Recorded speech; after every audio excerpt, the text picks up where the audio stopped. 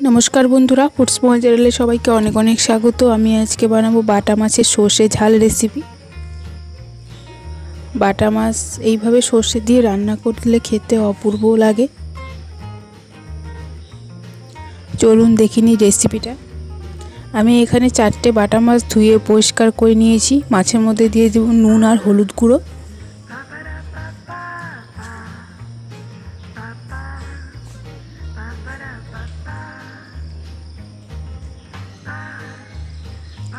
মাছের গায়ে ভালোভাবে নুন হলুদ আমি মেখে নেব।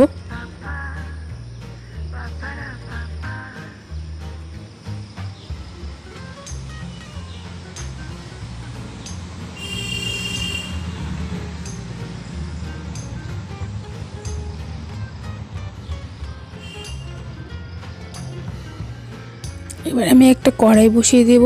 কড়াইতে দিয়ে দেব তেল। তেলটাকে আমি ভালো করে গরম করে নেব।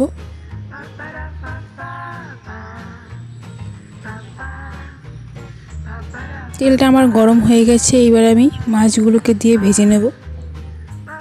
আমি দুটো দুটো করে মাছ প্রথমে ভেজে নেব। এবার এগুলোকে আস্তে আস্তে উল্টে দেব।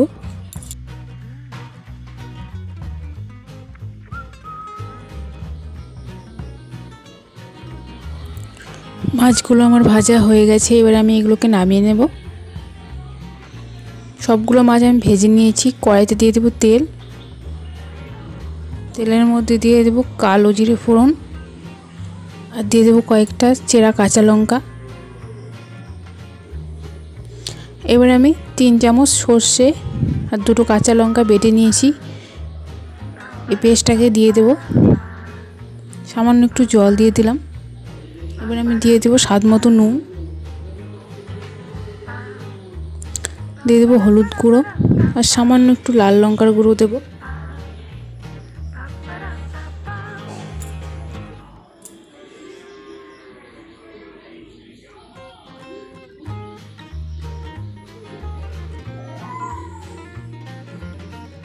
এবার আমি 2 চামচ টক দই ফেটিয়ে দিয়ে দেব।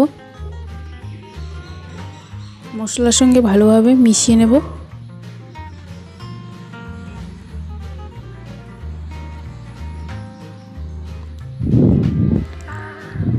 মশলাটাকে আমি ভালোভাবে কষিয়ে নিয়েছি। এবার আমি ঝোলের জন্য জল দিয়ে দেব।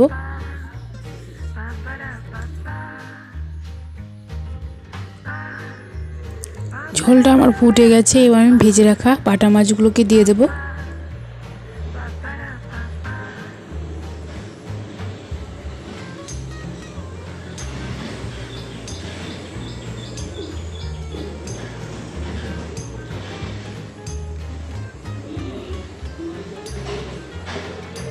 এবার 2-3 মিনিট ঢাকা চাপা দিয়ে রান্না করব। 2-3 মিনিট পর ঢাকনাটাকে খুলে দেব।